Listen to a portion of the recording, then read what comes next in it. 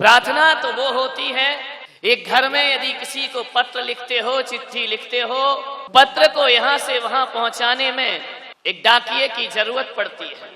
चाहे आप सरकारी पोस्ट ऑफिस से लेटर भेजें या कुरियर सर्विस से भेजें, एक ना एक संदेश वाहक होता ही होता है। इस शहर से दूसरे शहर में अपना संदेश भेजना है तो संदेश वाहक की जरूरत पड़ती है। लेकिन बड़े मजे की बात है कि प्रार्थना एक ऐसा पत्र है जो लिखा तो परमात्मा के नाम पर जाया जाता है, लेकिन परमात्मा को वह पत्र पहुंचाने के लिए किसी डाकिये की जरूरत नहीं पड़ा करती है, ना किसी कुरियर सर्विस की जरूरत पड़ती है और ना किसी डाकघर की कोई जरूरत पड़ती है। ऐसा पत्र है जिसे हम ही लिखते हैं और ऐसा लिखते हैं जिसमें कागज और स्याही की भी जरूरत नहीं पड़ती है, ना उसमें मोहर लगाई जाती है। हम ही लिखते हैं और हम ही उस पत्र को डाल दिया करते हैं और ऐसा संदेश प्रभु के नाम भेजा जाता है जो भावनाओं की कलम से लिखा जाता है, जो समर्पण की स्याही में रंगा हुआ होता है, जो आस्था और विश्वास के लिफाफे में बंद हुआ करता है। ऐसा पत्र हर आदमी को रोज सुबह शाम अपने भगवान के नाम जरूर लिखना चाहिए। नरकों में प्रार्थना की कोई व्यवस्था नहीं है, स्वर्ग के देवता प्रार्थना करते नहीं हैं और पशुओं के पास इतनी सद्बुद्धि नहीं होती है कि वह भगवान के लिए प्रार्थना करे बैठ करके। तो यह प्रार्थना करने का जो अधिकार प्राप्त हुआ है केवल मनुष्य भाव में प्राप्त हुआ है और शायद ही ऐसा कोई व्यक्ति होगा जिसने अपने जीवन में एक बार भी भगवान का स्मरण ना किया हो। अरे सुख में करे या ना करे, दुख में तो हर व्यक्ति उस परमात्मा की इबादत किया करता है।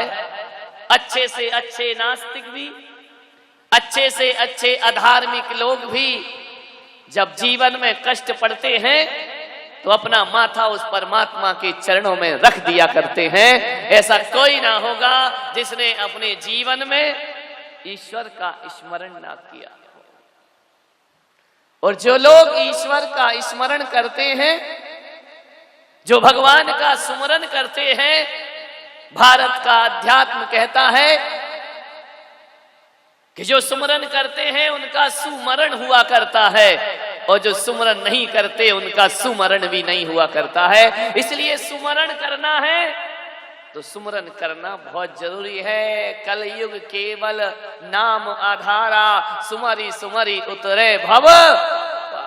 कलयुग में बड़ी बड़ी तपस्याएं नहीं होती हैं, भगवान का सुमरन ही इस जीव को संसार से पार लगा दिया करता। सुमरन करो अपने जीवन में। जप तप और ध्यान में वो परिणाम सामने नहीं आते जो भगवान की भक्ति में आते हैं। और प्रभु को पाने का सबसे आसान तरीका, कोई सरल माध्यम है तो वह है केवल एक प्रार्थना ईश्वर से किया करो।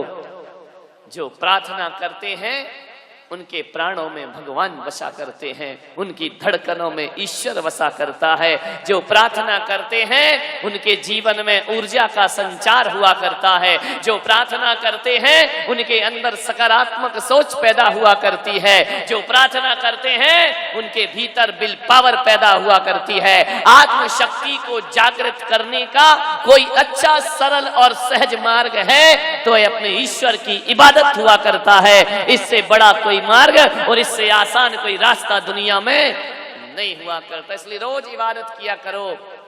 आचार्य पद्मनंदी महाराज कहते हैं, ब्रह्म मुहूर्त उत्थाय ध्यायेत् पंच नमस्कारम। ब्रह्म मुहूर्त में उठकर पंच नमस्कार मंत्र का ध्यान किया करो, उनका सुमरन करा करो। जो वैदिक परंपरा के, वैष्णव परंपरा के हैं वह ब्रह्म मुहूर्त में उठ करके गायत्री मंत्र का जाप किया करें। जो जैन परंपरा के हैं वह रोज सुबह उठ करके नमोकार मंत्र का ध्यान किया करे। ध्यान नमोकार मंत्र ही जपना चाहिए। मंत्र बहुत हैं दुनिया में, लेकिन महामंत्र दो चार है। उन दो चार महामंत्रों में नमोकार महामंत्र महामंत्र है। मंत्रों की तो लाइन लगी है लेकिन महामंत्र बहुत कम है। एक बार जो नमोकार मंत्र को जप लेता है, हमारे ज्ञानी मनीषी आचार्यों ने कहा है 84 लाख मंत्र जपने का पुण्य उसे प्राप्त हुआ करता। 84 लाख मंत्रों का जन्मदाता है नमोकार मंत्र। ध्यान रखिए, रोज सुबह उठकर उसका स्मरण करिए, सुमरन करिए और रोज सुबह उठकर नमोकार मंत्र को प्रणाम करिए। 84 लाख मंत्रों का जन्मदाता शक्ति जिसमें समाहित है। अरे दूसरे मंत्र जपो तो उनमें ओम ह्रीम श्रीम क्लीम लगाना पड़ता है, लेकिन नमोकार मंत्र ऐसा है जिसमें ओम ह्रीम श्रीम लगाने की भी जरूरत नहीं पड़ा करती है। उसका हर अक्षर बीजाक्षर हुआ करता है, उसका अक्षर अक्षर ईश्वर का अक्षर हुआ करता है। 35 अक्षरों का यह महामंत्र जीवन के कल्याण में कारण बन जाया करता है। एक होती है प्रार्थना और एक होती है याचना। कामना और याचना से स्वतंत्र कोई मंत्र है, कोई डिमांड नहीं है। नमो अरिहंताणम, अरिहंतों को नमस्कार करता हूं। नमो सिद्धाणम, नमो आयरियाणम, आचार्यों को नमस्कार करता हूं। नमो वज्जायाणम, उपाध्यायों को प्रणाम करता हूं। नमो लोये शब्द शाहुणम, जगत के सर्व साधुओं को मैं प्रणाम करता हूं। बताइए कौन सी लाइन में डिमांड है? किस लाइन में कहा कि मुझे ये चाहिए, मुझे वो चाहिए? किस लाइन में कहा कि मेरे ये दुख दूर करो? नहीं, केवल उस ईश्वरीय शक्तियों को प्रणाम किया गया है। तो कामना और याचना से कोई स्वतंत्र मंत्र है तो वह दुनिया में केवल नमोकार मंत्र हुआ करता है, जिसमें कुछ भी नहीं मांगा जाता है, कोई याचना नहीं की जाती है, कोई डिमांड नहीं है, कोई आकांक्षा नहीं है, केवल प्रणाम है, अहोभाव से भरा हुआ है। हे ईश्वर, जो भी है मैं तुझे प्रणाम करता हूं। ध्यान रखिए, केवल प्रणाम है, केवल वंदना है, ना कोई डिमांड, ना कोई याचना। ये नमोकार मंत्र याचक नहीं बनाता। ध्यान रखना, दो चीजें होती हैं, एक प्रार्थना होती है, एक याचना होती है। प्रार्थना और याचना में इतना ही अंतर होता है कि जो प्रार्थना होती है वह पुजारी किया करते हैं, वो जो याचना होती है वो भिखारी किया करते हैं। ध्यान रखना, याचक भिखारी को कहा है और प्रार्थना जो करता है वह पुजारी होता है। प्रार्थना और याचना में इतना अंतर है कि प्रार्थना कहती है और याचना कहती है। याचना का तो याचक यही कहता है कि हे ईश्वर, जो तूने छोड़ा है वह मुझे मिल जाए, ये याचना है। ईश्वर ने धन धान संसार छोड़ा, वह सब मैं बटोर लूं, ये याचना हुआ करती है। अरे ईश्वर ने जो छोड़ा है वह मांगना याचना है, और ईश्वर ने जो पाया है वह मांगना प्रार्थना हुआ करती है। हे परमात्मा, जो तुझे मिला है वो मुझे प्राप्त हो जाए, जो तूने छोड़ा है वह मुझे प्राप्त ना हो। यदि वह प्राप्त करोगे तो याचक बन करके जिंदगी गुजारते रहोगे। ध्यान, प्रार्थना करो। हर धर्म में प्रार्थना के लिए कहा है, याचना के लिए आदेश नहीं किया है। एक आए व्यक्ति बोले, महाराज मेरे घर का वास्तु गड़बड़ है, मेरे घर में कलह होता है, व्यापार नहीं चलता है, ऐसा लगता है कि मेरे घर में नजर लग गई हो, मेरे घर में किसी की बुरी निगाह पड़ी है, ऐसा लगता है किसी का साया मंडरा रहा हो। ना जाने किन किन भ्रांतियों में आदमी जीता है। बोले आप कोई उपाय बताएं। मैंने कहा मेरे पास तो ज्यादा उपाय नहीं है, लेकिन मेरा विश्वास, अटूट विश्वास यदि किसी पर है तो नमोकार मंत्र पर मेरा अटूट विश्वास है। मैंने कहा नमोकार मंत्र का जाप करो। ऐसा मुंह बनाया आदमी ने जैसे नीम का काढ़ा पिला दिया हो। बोले ये तो बचपन से जपते आ रहा हूं, कोई फर्क नहीं पड़ता।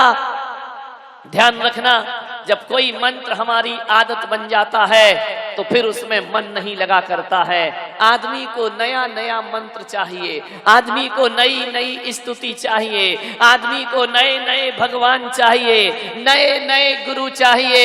एक बात याद रखना, जीवन में कभी गुरु मत बदलना, जीवन में कभी मंत्र मत बदलना, और जीवन में कभी अपनी आस्थाओं में परिवर्तन नहीं आना।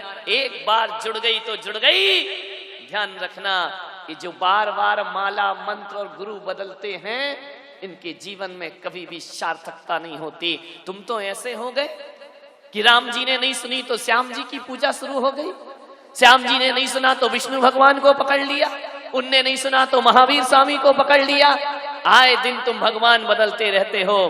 एक बात याद रखो, कितने भी नाम बदल लो, शक्ति तो एक होती है और ईश्वर तो एक हुआ करता है। लेकिन आपके नाम बदलने से, आपके भगवान बदलने से भगवान का कुछ नहीं बिगड़ता, तुम्हारी आस्थाएं डामाडोल हो जाया करती है। एक बात स्मरण में रखिए, बताओ आप मुझे 10-10 फीट के 10 गड्ढे खोदोगे, पानी निकलेगा या नहीं निकलेगा? 10-10 फीट के 10 गड्ढे खोदने से मान्यवर पानी नहीं निकलता। मैं पुलक सागर कहता हूं 100 फीट का एक गड्ढा खोदो, पानी जरूर प्राप्त होगा, जरूर निकलेगा। तुम तो इतने तेज हो कि गंगा गए तो गंगा दास और जमुना गए तो जमुना। आए दिन परमात्मा को बदल लिया करते। धैर्य नहीं है तुम्हारे अंदर, प्रतीक्षा नहीं है तुम्हारे अंदर। विचार करिए, कहां से आस्थाओं पे बरसात और वरदान मिलेगा? मान्यवर, आदमी की स्थिति तो ये हो गई कि रामलाल की बारात में जाता है और श्यामलाल की बारात में अच्छा बैंड बजने लगे तो इसे छोड़कर उसमें नाचने लगता है। जब पूछो कि क्यों रे तू कहां नाच रहा है, किसकी बारात में आया है? तू तो रामलाल की बारात में आया था। उसने कहा भाड़ में गया वो रामलाल और भाड़ में गया वो श्यामलाल। मेरा काम तो नाचने का है, जहां अच्छा बैंड बजे वहां नाचना अपना काम है। ऐसे भक्तों की कौन फरियाद सुनेगा? विचार करिए। मैंने कहा एक काम करो, और आपसे भी कह रहा हूं, कोई बीमारी हो, कोई दर्द हो, कोई दुख हो, कोई पीड़ा हो, अकेले दवाओं के भरोसे मत बैठना, दुआएं भी काम करा करती हैं। मान्यवर, जो लोग गोली खाने से पहले नमोकार मंत्र का सुमरन कर लेते हैं, मैं कहता हूं वो दवा नहीं, परमात्मा की दुआ बनकर तुम्हारे जीवन को सार्थक और सफल कर दिया करते हैं। विद्यार्थी पढ़ने से पहले यदि प्रार्थना कर ले तो मैं कहता हूं उसके पढ़ाई के नंबर बढ़ जाएंगे। व्यापारी दुकान खोलने से पहले यदि नमोकार मंत्र का सुमरन कर ले, उसके लाभांश में वृद्धि हो जाएगी। मैं तुमको विश्वास के साथ कहता हूं, यदि कोई उद्योगपति अपने उद्योग शुरू करने से पहले नमोकार मंत्र का सुमरन कर ले, उसके माल की आवक जावक में वृद्धि हो जाया करती है। कोई मकान बनाओ, नमोकार मंत्र का सुमरन कर लो, जो मकान 1 साल में बनना था वह मकान 6 महीने में बन करके खड़ा हो जाया करता है। कभी इन शक्तियों को पहचानने का प्रयास करो, जानने का प्रयास करिए। जिनके घरों में लगता हो कि ऊपरी बाधाएं हैं, जिन्हें लगता हो हमारा वास्तु खराब है, जिन्हें लगता हो हमारी जमीन खराब है, मैं आपसे बड़ी विनम्रता से निवेदन करूंगा, बाजार जाना और एक मार्बल पर, एक पत्थर पर किसी शिल्पी से नमोकार मंत्र लिखवा लेना, और वह नमोकार मंत्र अंदर की ओर नहीं, उभरे हुए अक्षरों को लिखवाना। और लिखवाने के बाद मैं आपसे कह रहा हूं, घर के हर दरवाजे पर वह नमोकार मंत्र का पत्थर लगा दीजिए, और हर जैन हो या अजैन हो, अपने घर के द्वार पर नमोकार मंत्र का पत्थर लगा दो।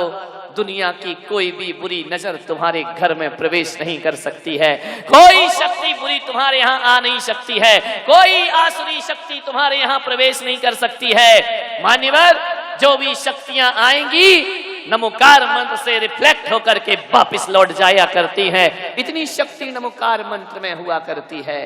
अंजन ने जपा तो निरंजन हो गया, मैना ने जपा तो कोड़ी की दे कंचन में परिवर्तित हो जाया करती है। नमोकार मंत्र कोई सीता जुबान पर लाती है, अग्नि के कुंड में जल की धार बह जाया करती है। आस्थाएं और विश्वास। कौन कहता है भगवान नहीं बोलते? बोलती है मूर्ति, बुला के देखिए, और एक बार नहीं 100 बार आजमा के देखिए। बोलती है मूर्ति, बुला के। ये आस्थाएं हैं, ध्यान रखिए। गणित काम नहीं चलता इबादत में, बनियागिरी काम नहीं चलती इबादत में। इबादत में तो भोला भाला मन काम करता है। भगवान की कृपा कभी तुमने देखा कि किसी बहुत बड़े वकील पर भगवान खुश हो गया हो?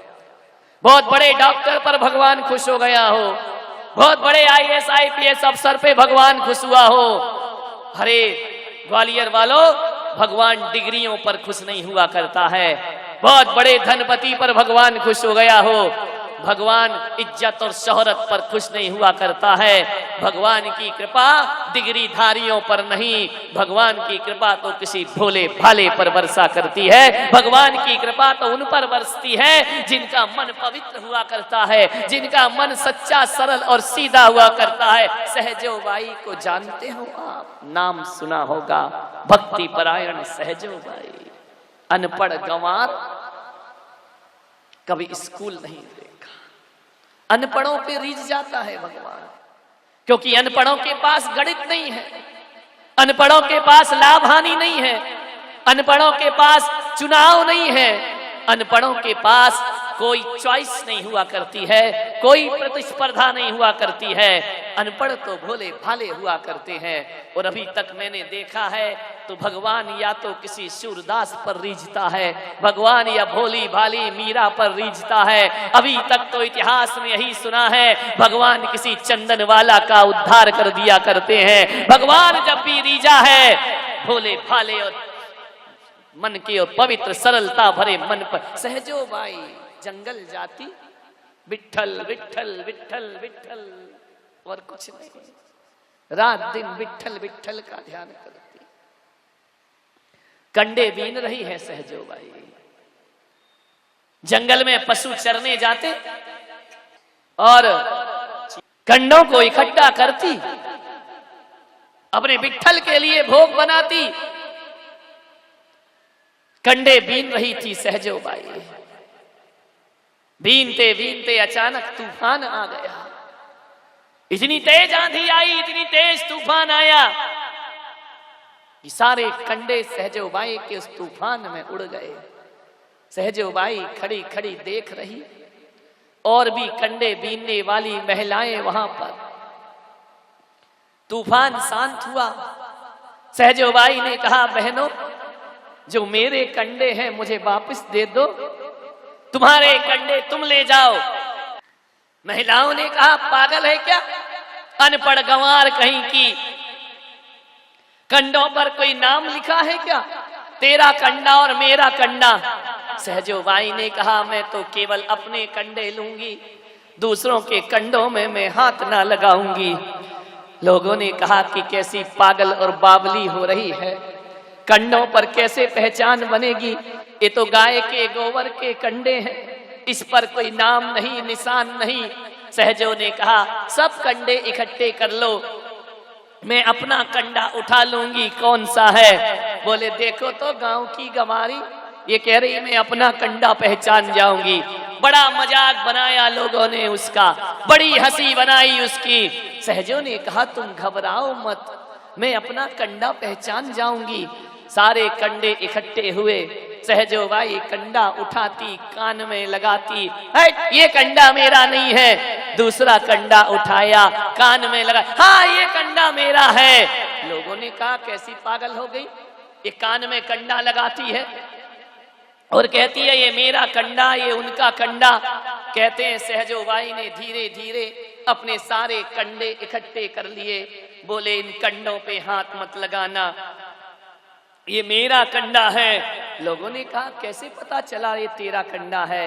सहजो बाई ने कहा, जैसे ही मैं कंडा उठा के कान में लगाती हूँ, कंडे से, अरे जिस कंडे से विठल विठल की आवाज आती है वो सहजो बाई का कंडा होता है, और जिस पर मेरे हरि का नाम नहीं आता वो मेरा कंडा कभी नहीं हो सकता है।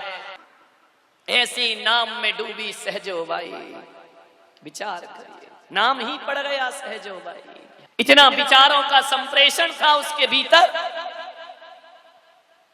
कि जिस पदार्थ के सामने यदि सहजो बाई ने विठल कह दिया तो ध्यान रखना, यदि पेड़ पौधों के सामने भी विठल का नाम ले दे तो पेड़ पौधों से भी विठल विठल की आवाज आ जाया करती थी। विचार करिए आप, क्या आपकी प्रार्थना और इबादत में इतनी ताकत है?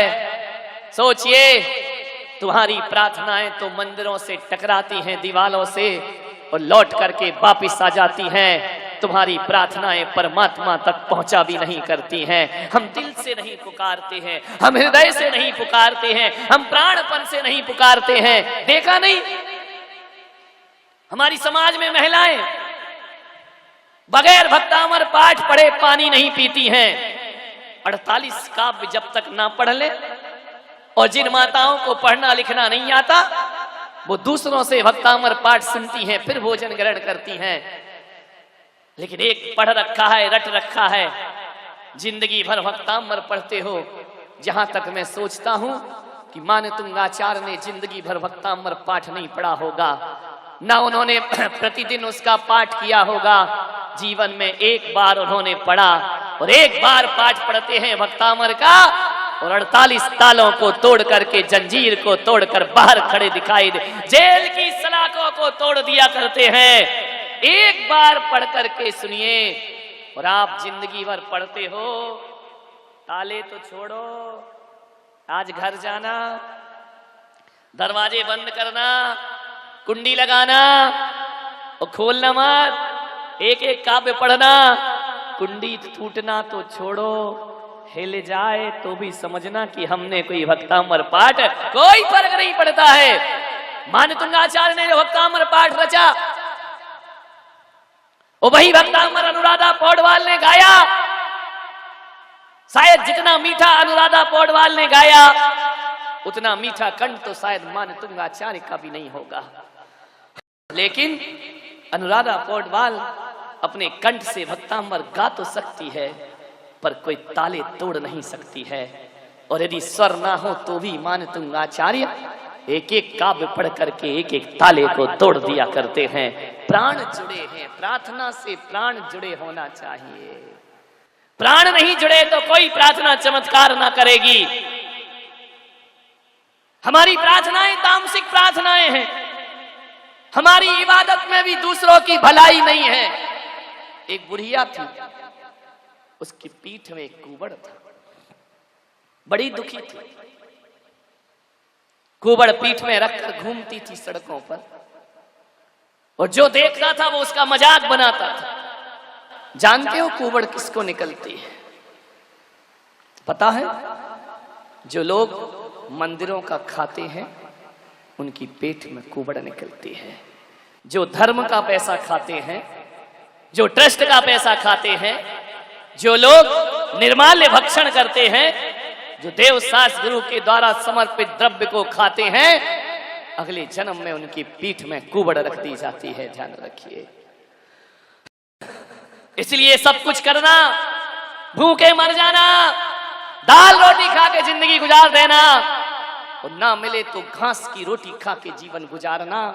लेकिन कभी भी धर्म और धर्मायतनों का धन भक्षण नहीं करना चाहिए, धर्म स्थलों का भक्षण नहीं करना चाहिए। मंदिरों की प्रॉपर्टियों पर कब्जे किए बैठे हैं लोग, बरसों से दुकान लिए बैठे हैं, 20-20, 40-40 रुपया किराया देते हैं। आप सोचिए, धर्मादा है, आप धर्म का भक्षण कर रहे हैं। और एक बात ध्यान रखना, ईश्वर जब देता है तो छप्पड़ फाड़ के देता है, और ईश्वर जब लेता है तो चमड़ी उधेड़ लेता है। ध्यान रखिए। ये धर्म स्थलों पर कब्जे करना, धर्म स्थलों पर बपौती जमाना, धर्मायतनों का खाना, चढ़ावा खाना, जैन दर्शन में कहा है कि सबसे बड़ा कोई पाप है तो निर्माल्य भक्षण सबसे बड़ा पाप हुआ करता है। जब तक तेरे पुण्य का बीता नहीं करार, तब तक तुझको माफ है, अवगुण कर ले हजार। ध्यान, जब तक पुण्य उदय है खूब खा लो पी लो, जिस दिन पाप का उदय आएगा, ध्यान रखना, दाने दाने को आदमी तरस जाया करता है। ध्यान रखिए। कुबड़ निकल आई उस बुढ़िया को। मालिकियत मत करो, जो दुनिया का मालिक है हम उसके मालिक कैसे देंगे? हम यदि मंदिर की व्यवस्था संभालते हैं तो हम केवल सेवक हैं, सेवक। मैं बहुत से मंदिरों में जाता हूं, नियम लिखे रहते हैं, इस मंदिर में ये नहीं होगा, इस मंदिर में वो नहीं होगा, यहां ये नहीं चढ़ेगा, यहां वो नहीं चढ़ेगा। आदेश से अध्यक्ष, शर्म आती है मुझे, अध्यक्ष आदेश, अध्यक्ष कभी आदेश नहीं करता, ध्यान रखिए, और आदेश करता है तो उसका अध्यक्ष पना ज्यादा देर टिकता भी नहीं है, ध्यान रखिए। कभी भी मंदिरों के बोर्ड पर आदेश और आज्ञा नहीं लिखी जाती। भगवान के दरबार में आदेश काम नहीं करते, वहां पर तो हाथ जोड़कर निवेदन काम किया करता है। अरे देश के प्रधानमंत्री और राष्ट्रपति भी इस देश पर आदेश नहीं चलाते। जब भी दिल्ली दरबार से उतरकर जनता के बीच आते हैं तो उन्हें भी हाथ जोड़कर जनता का निवेदन करना पड़ता है, जनता के हाथ जोड़ना पड़ते हैं, जनता पर हुकूमत